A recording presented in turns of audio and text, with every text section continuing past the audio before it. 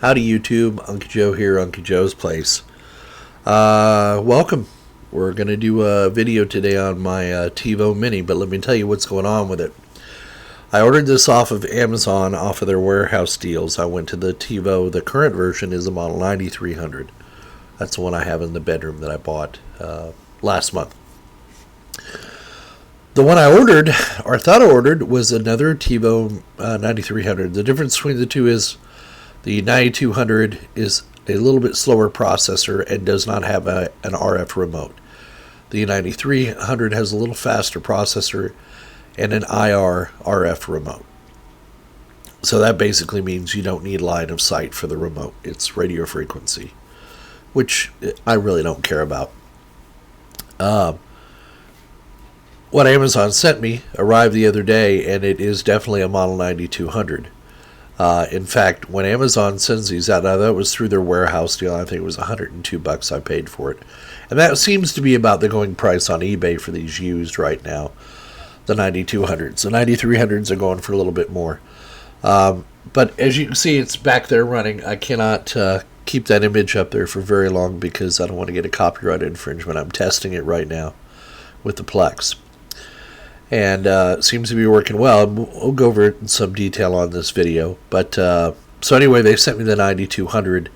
They did not deactivate it before they sent it. In other words, it was still locked onto someone else's account. So when I called Tivo to activate it this morning, it took about half an hour because they had to go take it off the other person's account and put it onto mine. So it's working well. I had a really odd problem with it when I first hooked it up. It came with a brand new HDMI cable, and evidently this HDMI cable has a problem because when I hooked it up, the screen started flashing every 30 seconds or so, glitching. So I had another HDMI cable here, and I hooked it up to that, and the problem seems to have gone away. I've got Plex set up on it, and I'm testing it with that right now with a high-def movie. And one thing I did notice is that when you stream a high-def movie to this from Plex to the Mini, it direct plays it. When you do it on the Tivo Bolt, it has to transcode it. So that's interesting. That Tivo Bolt's got, I don't know what the deal is with the software. Why the Minis would direct play it and the Bolt has to transcode it, but that's something interesting to find out. The light levels are going up and down in here because the weather today is fairly cloudy. It's kind of chilly outside. In fact, let's do our normal weather update here. I can show you what I'm talking about. There it is. So our high today is supposed to get up to 66. Tomorrow's we got another front coming through, I guess, tonight. Let's go to the 5-day. They're usually more accurate. So tomorrow's high is only going to be 38. So we got some cool weather ahead of us. But we'll deal with that. Let me come back to the webcam. So anyway, let's get started with going over the features of this Tivo Mini. I think I'm going to keep it, and probably by the end of the video I'll make a decision on that. But let's give it a workout and see what we can see on it. Alright, boys and girls, so here we have our Tivo Mini. I'll go ahead and give you a view of it. And I'll even show you the back side of it. Right there. So we've got our Mocha connection here. The green one is for component if you have that cable. The other one is for the composite cable, the yellow one. HDMI, Ethernet, has a USB connection, and then it has the power connection. Here's the bottom of the unit. It's not very heavy.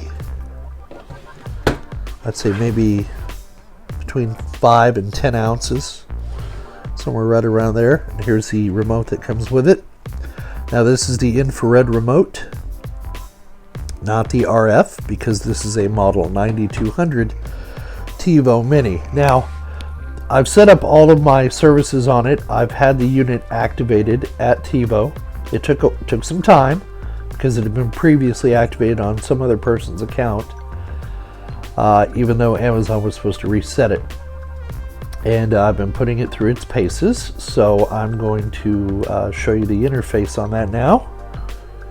you notice when I move it, it looks like it may have a bad HDMI connector on it because, well, there it goes. Seems to be working now. Okay, so I've shown you the Tivo interface before, but I'll show you, we'll take it again through on its paces. So the Tivo Mini doesn't actually store anything on the Mini itself. It is simply an extension of your Tivo Bolt or your Tivo Romeo, whichever master device you have. So if I go under my shows, I'm going to see all my recordings under here. And I don't know if you can hear it, but it makes a little Tivo sound. So here's all my recordings that are currently located on my Tivo Bolt called Man Cave. If you look up here, right there, it tells you it's hooked up to the Man Cave. So that's where these recordings are actually located on. Let's say I want to go and watch an episode of All in the Family. Click, and it plays pretty quickly. Fast forwarding.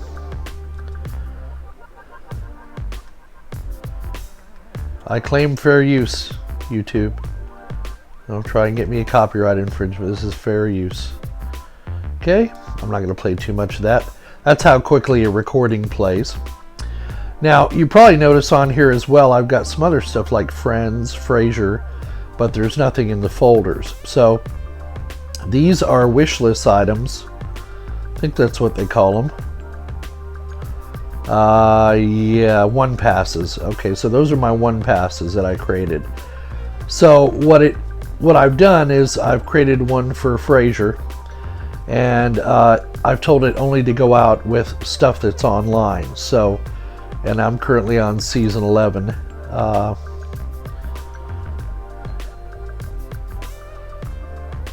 And then there's extras. So, say I want to watch episode 10.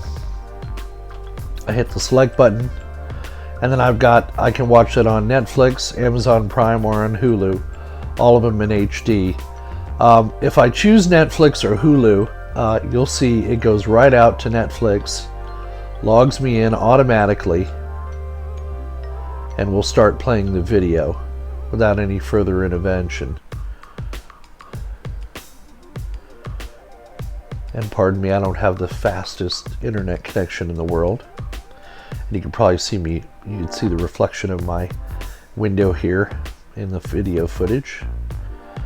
And again, this is just to give you an idea of how the Tivo works, how the Mini works. So that wasn't too bad starting up. I can fast forward, I can rewind, everything I would normally do. The picture quality is horrible right now, but it is working. Now when I'm done, I can just press the back button and it'll take me back to Netflix, or if I press the Tivo button, that'll take me back to my main menu. So Netflix and Hulu work the same way, but if I were to go out and select to play that same episode, but to play it on Amazon Prime, which I'm going to do now. Let's see how long it takes that to come up.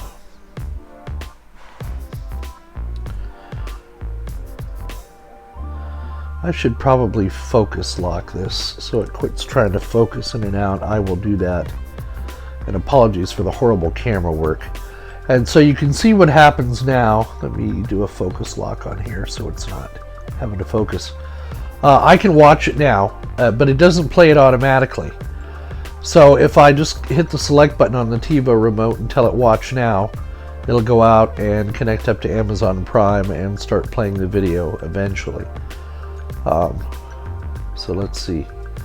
We'll be patient and wait for that. So that's the one little caveat you have with between Hulu, Netflix, and the others.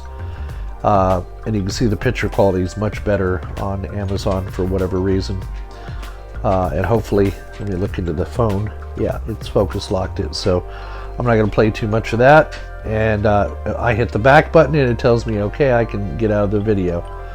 And then at any time, I can go back to the main menu by pressing the Tivo button on the top. So that's what's contained under my shows. Now, you also notice if I go all the way down to the bottom of the list, I can also jump to Netflix, Amazon, Hulu, YouTube, Plex, Toon Googles, which I don't have, or Toon Goggles, which I don't have, but I can jump to any of those services right from there. If I want to watch live TV, I just hit that and it will start playing live TV. And there we go. Now, if I press the guide button, then I get a listing of all the programs coming up. And you see some of those with a little blue check mark next to them. That means those are going to be recorded. So let's put it on Empty Nest real quick. We'll play that video for just a couple of minutes. Okay. Yeah, and this is standard definition, so the picture quality is not going to be that great. And you can see when I go back to the guide, I still get the preview window that comes up over here just like I do on the Tivo Bolt. Let me change that to something else. See if I can get a high def. I bet you Dr. Oz is in high def. Yeah, it sure is. So, and you can see it lets you know it's in high def as well. All right, don't want to get a copyright infringement, so we'll go back to the Tivo Central. Now, look up at the top, and you've got some. It gives you some suggestions. The more you record with the Tivo, the more you use it, the better it gets at guessing what you want to watch. So if I go to What to Watch Now and hit the select button, it'll give me some options of what's coming up on TV, popular TV, sports, upcoming sports, movies, and any kids shows.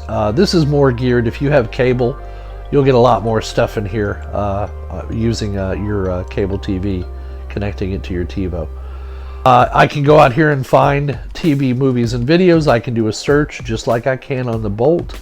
I can browse, I can do wish list searches, I can go right to Netflix, Amazon, Hulu, YouTube, and or Plex. Right here I can manage my recordings. I have a to-do list, one pass manager, so let's look at my to-do list. This is all the recordings it's going to be recording coming up. And you can see that interface is pretty darn speedy. Go back, one pass manager, these are all the shows I have set up a one pass for. All right. And you notice, let's go back to Downton Abbey. It tells you right down here in the lower right hand corner, it is available on Amazon Prime. If I go to Stargate Atlantis, it's available on Hulu. Let's see, you should have another one in here. Let's go to Eureka, that's available on Netflix, as you can see down here.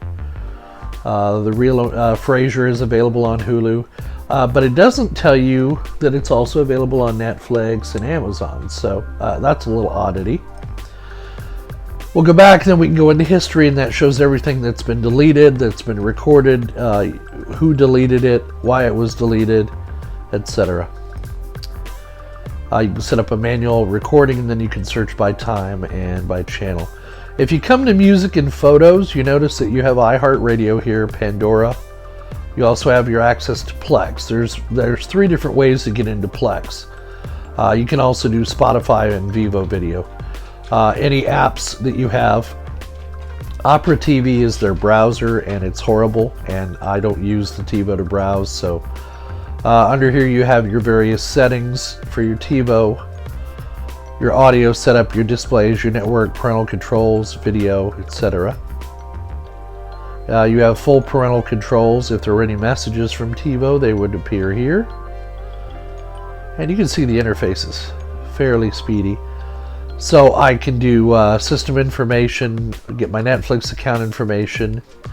They have a help menu, restart or reset, the network connection, a whole home, parental controls, etc. So a few different ways I can go into Plex.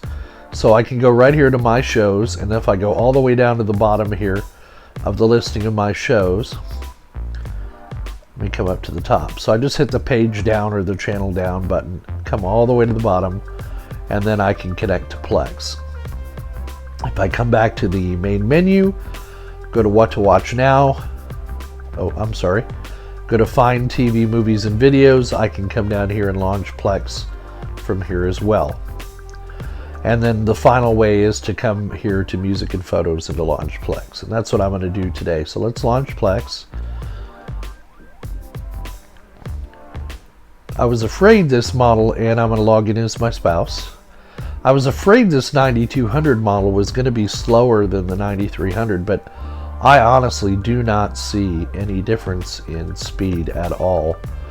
I'm going to go ahead and queue up a movie here. We'll let it play for, I think YouTube will allow us to play 8 seconds of something. Now this is in high def.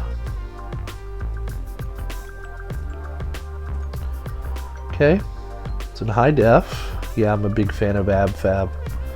I'm going to go to play version, and I'm going to play the original 1080p 36 megabit per second. So 1, 1000, 2, 1000, 3, 1004, 1005, 1006, 1007, 1008. It's about 7 seconds. It comes right up and starts playing. Now I'm going to fast forward to about 10 minutes, 7 minutes, 1, 1000, 2, 1000, 3, 1004, 1005, 1000. So even fast forwarding is pretty good, and that's a high def movie, and that's all I'm going to show you of that. So first off, sorry about the background noise.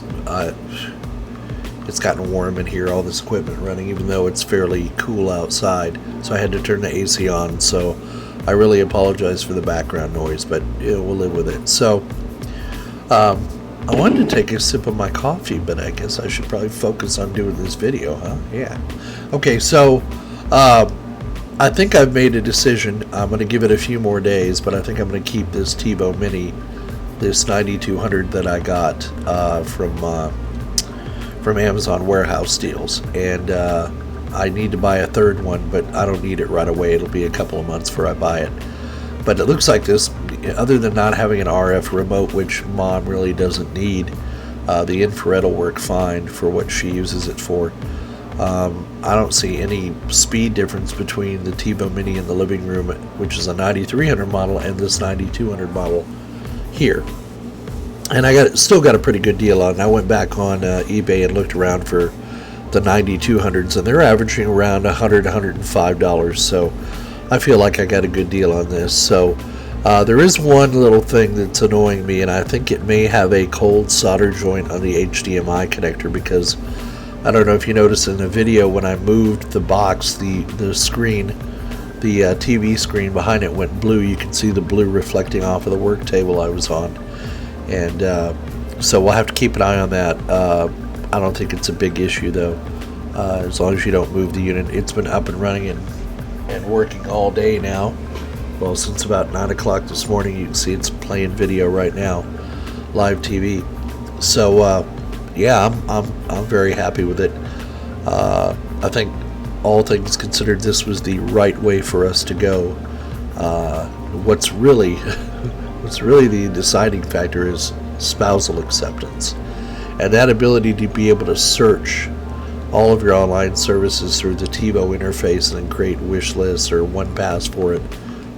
That's a cat's whiskers, man.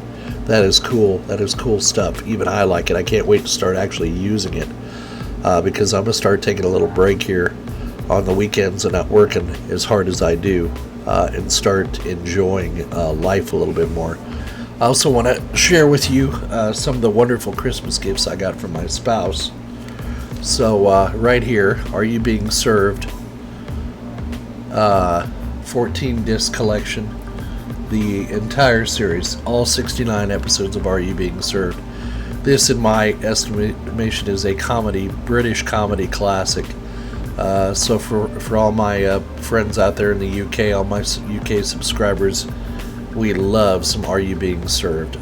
Just love it. I even have the movie over here that they made for Are You Being Served. The other thing I got was a book by Graham Hancock called Entangled. The Eater of Souls. I gotta put my head up so I don't get a copyright infringement. and it's a fiction book, but it's one that is really highly rated, so I can't wait to get through that and start reading that. I also got, I am such a nerd, Eureka Season 3. I already have Season 2 and Season 1. I got Eureka Season 4. I got Eureka Season 4.5. And I got Eureka Season 5. Some would say the worst season of all. I liked all the... I really hated to see this show go. But all good things must come to an end. You know, my nephew and I were having that discussion the other day. I would rather have a show end incomplete rather than dragging it out over several years and having it get stale. I'm probably going to create blasphemy by saying this, but I think Walking Dead is getting stale. They just tend to draw these episodes out a lot further than they need to.